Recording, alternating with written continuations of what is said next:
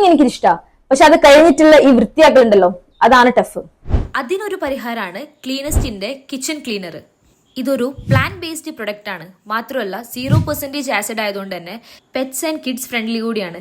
നമ്മുടെ കിച്ചണിൽ ഉണ്ടാവുന്ന ഓയിലി ആയിട്ടുള്ള കറകളും ടൈൽസിലും എല്ലാത്തിലും ഉണ്ടാവുന്ന സ്റ്റെയിൻസും കാര്യങ്ങളും എല്ലാം മാറ്റാൻ വേണ്ടിയിട്ട് ക്ലീനസ്റ്റിന്റെ ഈ കിച്ചൺ ക്ലീനർ ഹെൽപ്പ് ചെയ്യും.